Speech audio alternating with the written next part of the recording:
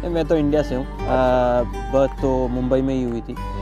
फिर 1996 में हम लोग आए थे, फैमिली, मेरी फैमिली आए थे, तो तब से तो यहाँ पर ही है। काफ़ी रिश्तेदार अभी भी है इंडिया में, तो काफ़ी आना जाना होता है। अच्छा, वाइफ भी अभी मुंबई से ही है, तो उनकी फैमिली भी वहाँ पे ही है, तो काफ़ी फैमिली और रिश्तेदार है वहाँ पे, और काफ़ी यहाँ पे भी।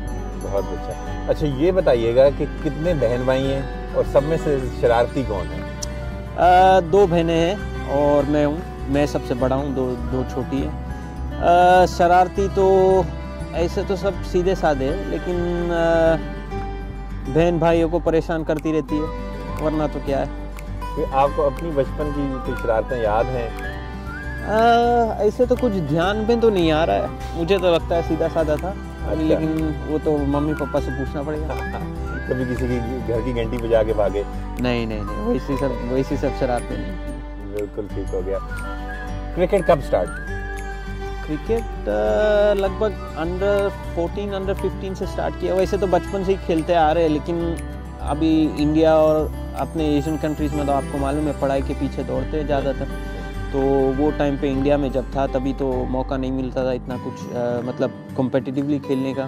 बाहर खेलते थे, लेकिन यहाँ पर आए तो थोड़ा टाइम और बैलेंस थोड़ा ज़्यादा था, तो उसमें फिर बाद में क्रिकेट का शौक़ था। तो मेरे चाचा और चाची ने मुझे पहले इनरोल किया था क्रिकेट के लिए, और पहले तो वही लेकर जाते थे। फिर बाद में क्या है कि किसी से कोई मतलब पापा मम्मी तो बिज़ी रहते थे, तो उस टाइम पे किसी से कोई जा रहा होगा गेम में, टीममेट होता तो उनके पेरेंट्स के साथ में चले जाते थे। बिल्कुल सही हो गया। तो कौन सी एज थी जब पहली दफ़ा ग्राउंड गए और देखा कि न्यूजीलैंड में इतने खूबसूरत क्रिकेट ग्राउंड हैं और क्रिकेट खेलनी चाहिए? वो तो सब पहले से ही पता था, लेकिन मतलब तब तक का मौका नहीं मिला था और ना कभी गए थे ना। तो प्राइमरी स्कूल में तो खेलते थे स्कूल की तरफ से, लेकिन मतलब ऐसे इतना कुछ कम्पिटिटिव नहीं था जैसे उस टाइम पे। आई सपोज कि वो जोश नहीं था कि आगे जाके क्रिकेट ही खेलना है।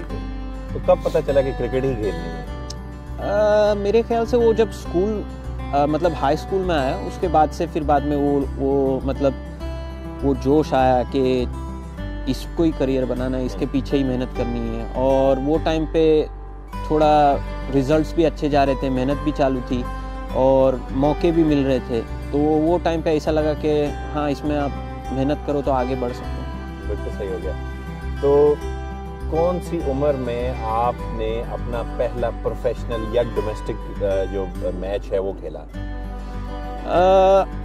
मतलब अंडर 19s के लिए तो खेला था। अंडर 19s के लिए ऑकलैंड अंडर 19s के लिए खेला था, लेकिन वो टाइम पे फास्ट बॉलर था। अच्छा। तो वो टाइम पे स्कूल से फिर मतलब जैसे वेस्टर्न डिस्ट्रिक्ट्स होता है, फिर वेस्टर्न डिस्ट्रिक्ट से फिर बाद में ऑकलैंड की ट्रायल्स में जाने मिलता है, उसमें सिलेक्शन होता है। तो उस हिसाब से पहले असल में क्या हुआ कि अंडर 17s में तभी मैं खेल रहा था, तो अंडर 17s में मैंने टूर्नामेंट अच्छी खेली थी। सही। तो उस आई थिंक सैटरडे को अनाउंस हुआ था कि अंडर 17s के लिए सेलेक्ट हुआ। अच्छा। फिर संडे को सुबह में कॉल आया था कि अंडर 19s के लिए ट्रायल देना है, क्योंकि कोई बॉलर इंजर्ड हो गया। तो मैं और दूसरा एक बंदा हम ट्रायल देने गए थे। तो उसमें ट्रायल में अच्छी बॉलिंग की थी, तो फिर अगले दिन फिर उन्होंने कहा कि अगर तुम चाहो तो तुम अंडर 19 के साथ में आ सकते हो। अच्छा। और क्या एज क्या थी उस वक्त आपकी? तभी लगभग 16 होगा, 16-17 होगा। तो उस टाइम पे वो मौका मिला। फिर 3 साल अंडर 19 खेले, उसमें भी अच्छा परफॉर्मेंस था, लेकिन अभी क्या है कि हाइट और बिल्ड के हिसाब से कोई देखता नहीं था कि ये फास्ट बॉलर है। और वो मैं अभी पीछे देखता हूँ तो वो उस हिसाब से सही भी था। अच्छा। क्योंकि अभी मैं सोचता हूँ कि अगर मैं अभी तक फास्ट बॉलर होता तो शायद जिस मुकाम में अभी पहुँचा हूँ उतना आगे नहीं बढ़ पाता, मुश्किल होती। तो कैसे एकदम से फास्ट बॉलर से चेंज किया, स्पिन पर लेकर आए और उसमें भी कामयाबी हासिल कर ली?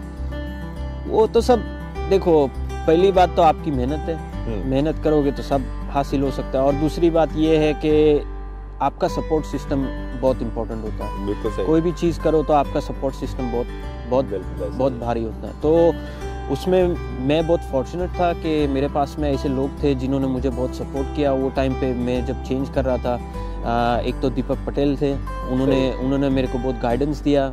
फिर यहाँ पर बैरिंगटन रोलन थे सही। जो सबब्स के कोच थे उस टाइम पे, जिन्होंने मेरे को वो मौका दिया कि दोनों मैं कर सकूं। बिल्कुल सही। तो पहले सीजन तो मैंने दोनों किया था, फास्ट भी बॉलिंग किया था, slow भी। पहले ओपनिंग करता था, फिर पीछे से आके फिर बाद में स्पिन डालता था। अच्छा। तो उसमें क्या है कि फिर ये भी था कि मुझे फास्ट बॉलिंग नहीं छोड़नी थी, अगर जब तक मुझे ये नहीं है कि मुझे स्पिन बॉलिंग ही करनी है, सही। क्योंकि जो जिस चीज़ में मैं माहिर था वो टाइम पे वो फास्ट बॉलिंग थी। तो ऐसा नहीं था कि मैं फास्ट बॉलिंग पूरा ही छोड़ दूं फिर स्पिन हो ही ना। तो वो टाइम पे बहुत मेहनत की थी कि एक्शन चेंज करना और फिर बाद में वो स्पिन बॉलिंग की अंडरस्टैंडिंग, हाँ उसकी। तो किसका मशवरा था कि इजाज फास्ट बॉलर छोड़ो, स्पिनर बनो और इसमें आगे चांस भी है? असल में ऐसा है कि फास्ट बॉलर जब प्रैक्टिस करने आते हैं तो जितनी हैसियत हो उतनी बॉलिंग कर सकते हैं, लेकिन बैट्समैन तो कभी खत्म ही नहीं होते प्रैक्टिस में, तो उनको फिर भी तुम्हारे को थोड़ी प्रैक्टिस देनी होती है। तो मैं पीछे से आके थोड़ी स्पिन बॉलिंग कर लेता था ऐसे ही, मतलब। लेकिन काफ़ी कोचेस ने ऐसा कहा है मुझे कि देखो अगर कभी फास्ट बॉलिंग छोड़ो तो स्पिन के बारे में सोचो। अच्छा। तो वो आई सपोज वो टाइम पे मेरी लाइट चमकी कि शायद मुझे कुछ और करना चाहिए, क्योंकि अच्छे परफॉर्मेंस के बाद भी मुझे सिलेक्शन नहीं हो रहा था। तो मुझे ऐसा था कि अगर मुझे आगे बढ़ना है तो क्या करना पड़ेगा। तो उस हिसाब से फिर मैंने लोगों से बात की, दीपक पटेल से, बैरिंगटन रोलन से, और यहाँ पे क्लब में काफ़ी लोगों से, किट परेरा से। तो इन सब से बात करके फिर मशवरा करके फिर बाद में वो डिसाइड किया कि हाँ शायद मुझे इधर जाना चाहिए। बिल्कुल सही हो गया।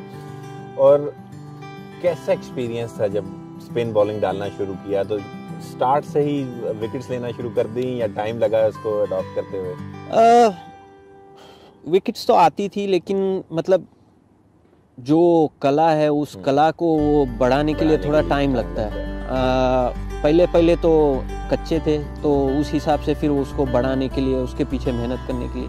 तो ऐसा नहीं है कि पहले सीजन से ही सब आने लगा, लेकिन पहले सीजन से थोड़ा रिजल्ट्स मिला, तो उस हिसाब से लगा कि शायद इसमें कुछ और आगे कर सकते और आगे मेहनत करके और बढ़ा सकते। बिल्कुल सही हो गया।